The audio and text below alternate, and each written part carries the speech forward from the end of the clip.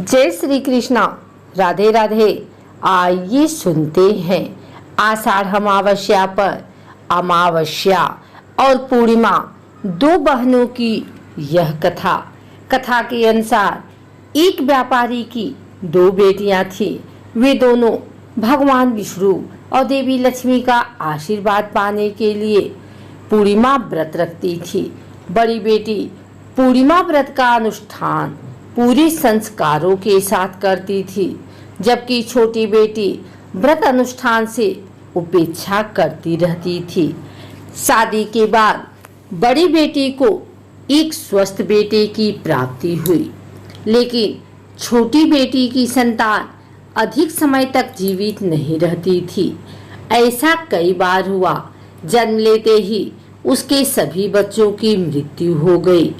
इन घटनाओं से परेशान होकर उसने एक संत से मिलकर इसके समाधान के बारे में पूछा। साधु ने उसे बताया कि यह सब इसलिए हुआ क्योंकि उसने पूर्णिमा व्रत का पालन बिना किसी भक्ति और उचित अनुष्ठान के किया है। उसे अपनी गलती का एहसास हुआ और उसने पूर्ण अनुष्ठान के साथ शरद पूर्णिमा व्रत का पालन किया। हालांकि उसके बाद भी उसके अगले बच्चे की जन्म के तुरंत बाद मृत्यु हो गई।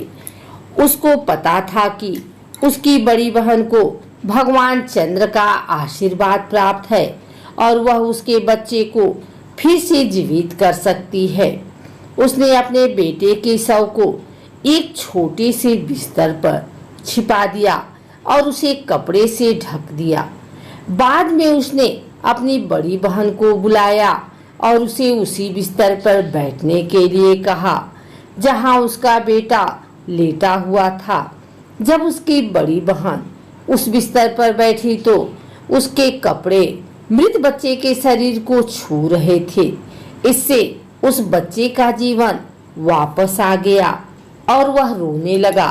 बड़ी बहन इस बात से चौंक गई और उसने अपनी छोटी बहन को डांटा और उससे ऐसा करने का कारण पूछा। छोटी बहन ने उसे बताया कि उसके स्पर्श के कारण बच्चे को उसका जीवन वापस मिल गया है। जैसे जैसे उसने पूर्ण भक्ति के साथ पूर्णिमा और अमावस्या का व्रत रखा, वह पवित्र हो गई है और आशीर्वाद प्राप्त किया। तब से भक्तों के बीच अमावस्या और पूर्णिमा व्रत प्रसिद्ध हो गया और वे भगवान चंद्र और भगवान सूर्य, भगवान विष्णु और देवी महालक्ष्मी का आशीर्वाद पाने के लिए पूर्णिमा अमावस्या के दिन व्रत का पालन करने लगे। धरती के मान से दो तरह की शक्तियां होती हैं, सकारात्मक और नकारात्मक, दिन और रात, अच्छा और बुरा आदि। हिंदू धर्म के अनुसार धरती पर उक्त दोनों तरह की शक्तियों का वर्चस्व सदा से रहता आया है।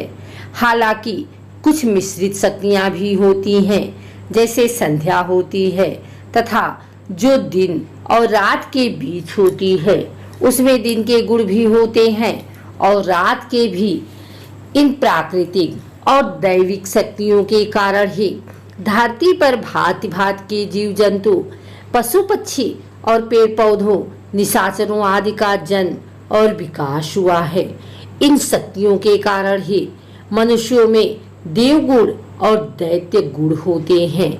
हिंदुओं ने सूर्य और चंद्र की गति और कला को जानकर वर्ष का निर्धारण किया गया। एक वर्ष में सूर्य पर आधारित दो अयन होते हैं, पहला उत्तरायण और दूसरा दक्षिणायन। इसी तरह चंद्र पर आधारित एक माह के दो पक्ष होते हैं, शुक्ल पक्ष और कृष्ण पक्ष। इनमें से वर्ष के मान से उत्तरायण में और माह के मान से शुक्ल पक्ष में देव आत्माएं सक्रिय रहती हैं, तो दक्षिणायन और कृष्ण पक्ष में दैत्य और पितृ आत्माएं ज्यादा सक्रिय रहती हैं। अच्छे लोग किसी भी प्रकार का धार्मिक और मांगलिक कार्य रात में नहीं करते, जबकि दूसरे लोग अपने सभी धार्मिक और मांगलिक कार्य सहित सभी सांसारिक कार्य रात में ही करते हैं। पूर्णिमा की रात मन ज्यादा बेचैन रहता है और नींद कम ही आती है। कमजोर दिमाग वाले लोगों के मन में आत्महत्या या हत्या करने के विचार बढ़ जाते हैं। चांद का धरती के जल से संबंध है। जब पूर्णिमा आती है तो समुद्र में ज्वार भाटा उत्पन्न होता है, क्योंकि चंद्रमा समुद्र के जल को ऊपर की ओर खींचता है। मानव के शरीर में भी लगभग 85% जल रहता है। पूर्णिमा के दिन इस जल की गति और गुण बदल जाते हैं। वैज्ञानिक के अनुसार इस दिन चंद्रमा का प्रभाव काफी तेज होता है। इन कारणों से शरीर के अंदर रक्त में न्यूरॉन सेल्स क्रियाशील हो जाते हैं और ऐसी स्थिति में इंसान ज्यादा उत्तेजित या भावुक रहता है। एक बार नहीं, प्रत्येक पूर्णिमा को ऐसा होता रहता है तो व्यक्ति का भविष्य भी उसी अनुसार बनता और बिगड़ता रहता है।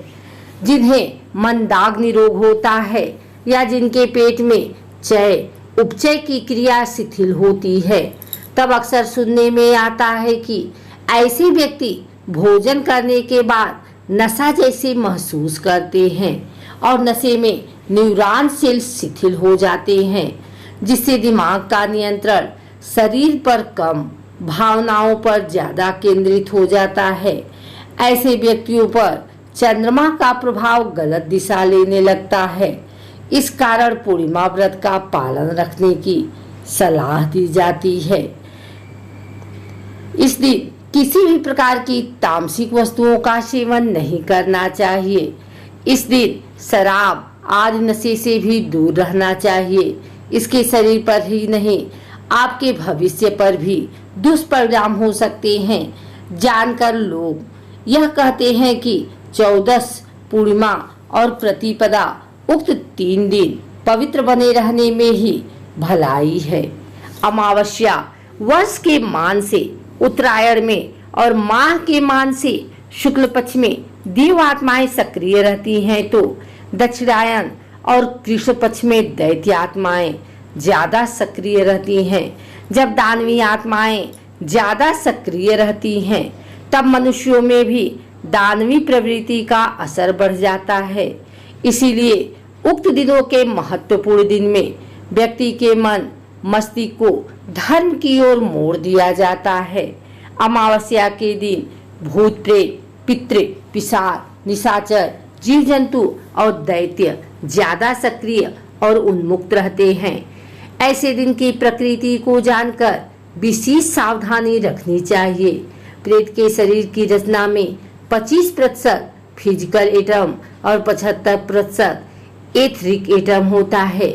इसी प्रकार पितृ शरीर के निर्माण में 25% एथरिक एटम और 75% एस्ट्रल एटम होता है। अगर एथरिक एटम सघन हो जाए तो प्रेतों का छाया चित्र लिया जा सकता है और इसी प्रकार यदि एस्ट्रल एटम सघन हो जाए तो पितरों का भी छाया चित्र लिया जा सकता है। ज्योतिष में चंद्र को मन का देवता माना गया है।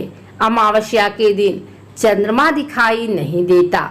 ऐसे में जो लोग अति भावुक होते हैं उन पर इस बात का सर्वाधिक प्रभाव पड़ता है। लड़कियां मन से बहुत ही भावुक होती हैं। इस दिन चंद्रमा नहीं दिखाई देता तो ऐसे में हमारे शरीर में हलचल अधिक बढ़ जाती है। जो व्यक्ति नकारात्मक सोच वाला होता है उसे नकारात्मक शक्ति अपने प्रभाव में ले लेती है। धर्म ग्रंथों में चंद्रमा की 16वीं कला को अमा कहा गया है। चंद्रमंडल की अमा नाम की महाकला है, जिसमें चंद्रमा की 16 कलाओं की शक्ति शामिल है। शास्त्रों में अमा के अनेक नाम आए हैं, जैसे अमावस्या, सूर्य चंद्रमा संगम, पंचदशी, अमावसी, अमावसी या अमावासी। अमावस्या के दिन चंद्र नहीं दिखाई देता, अर्थात जिसका क्षय और उदय नहीं होता है उसे अमावस्या कहा गया है। तब इसे कुहू अमावस्या भी कहा जाता है। अमावस्या माह में एक बार आती है। शास्त्रों में अमावस्या तिथि का स्वामी पितृदेव को माना जाता है। अमावस्या सूर्य और चंद्र के मिलन का काल है। इस दिन दोनों ही एक ही राशि में रहते हैं।